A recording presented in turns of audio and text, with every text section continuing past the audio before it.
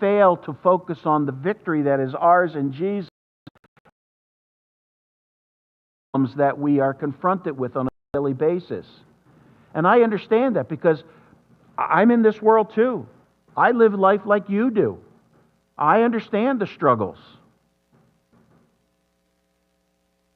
And yet, as believers, we are supposed to be living in the victory. Last week we talked about the joy that is ours, that no one can take away despite the events, the circumstances that happens in our lives. But we're supposed to be living in victory, but yet we tend to focus on all the problems. I want you to understand that Esther and Mordecai presented Israel with a great victory. A great victory for people, now think about this, who were living in exile in a foreign country under the rule of the Persian Empire. And yet God did not forsake them. He gave them a great victory. And that came because of Esther and Mordecai. What I want you to focus on today is that your relationship with Jesus Christ gives you the same victory. And that should be our focus. That should be what we are looking upon. Let's look at our text. Look with me at verse 1 of Esther 9. And I want to look at the fourfold victory that was theirs. Fourfold victory. Kathy, can I ask you to do something for me? Will you please turn that fan off behind me? That's all I'm hearing in my hearing aids, is that fan, and it's driving me crazy. Thank you. Appreciate it. It is Kathy, right? I got the name right. Okay.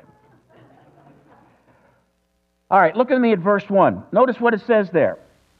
The first victory that we see here in this chapter is that there is a physical victory. A physical victory. It says, now in the 12th month, that is the month Adar, on the 13th day when the king's command and edict were about to be executed, on the day when the enemy of the Jews hoped to gain mastery over them, it was turned to the contrary, so the Jews themselves gained the mastery over those who hated them.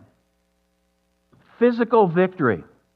The Jews got the best of their enemies, as opposed to the enemies getting the best of the Jews. There was an edict that had gone out. That's what Esther has all been about. An edict. The Hebrew calendar understands cycles on, or follows the cycles of the moon and the sun. That makes the 13th of Adar somewhere in our calendar around February, March. So getting close to where we are in our calendar is when a lot of this is taking place, the 13th of Adar.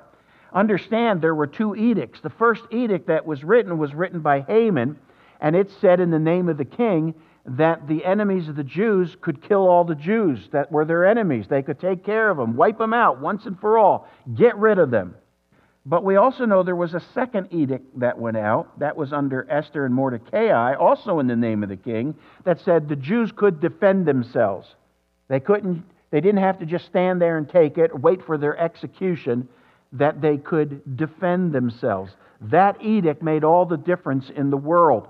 It allowed the Jews to take hope in the fact that they could prepare and get ready for that day and then defend themselves against their enemies. That it wouldn't just be people could walk through the door and thrust them through or whatever and put them to death. That changed everything. Both of these edicts were approved by the king. They were done with his signet ring. They were done in his name. But it's the second one that gave the hope to the Israel nation, to the people who were living under the Persian Empire.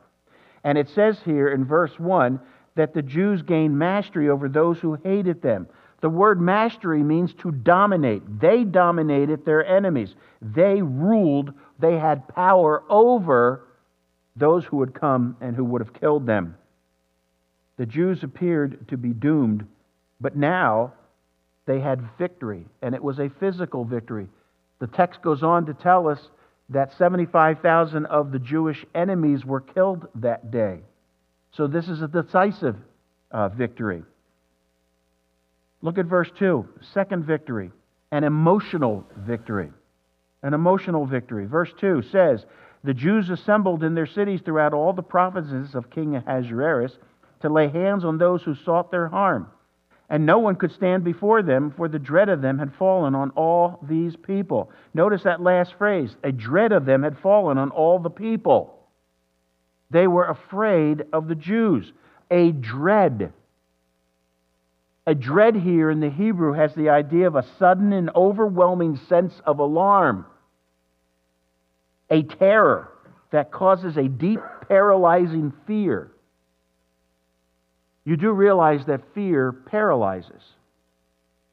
All you have to do is stand behind a corner somewhere when someone walks by and scare them. And what do? They jump.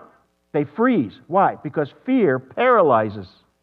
Maybe just for a moment, but it paralyzes. Some of you know this because we're talking about victory, and yet we say that we're just burdened, overwhelmed with the problems of this world. Sometimes that dread, that overwhelming sense paralyzes us. We don't know what to do. We don't know what action to take. The very first thing we should be doing is falling on our knees before the Lord and asking for His help and to give us the peace that God is with us no matter what happens in this world. But sometimes we fail to even do that because we're so paralyzed by fear. Well, understand, the dread or the fear was on the enemies of the Jews, not on the Jewish people. Therefore, it made the enemies of the Jews easy prey. Therefore, an easy victory. They were able to defend themselves, and that changed everything.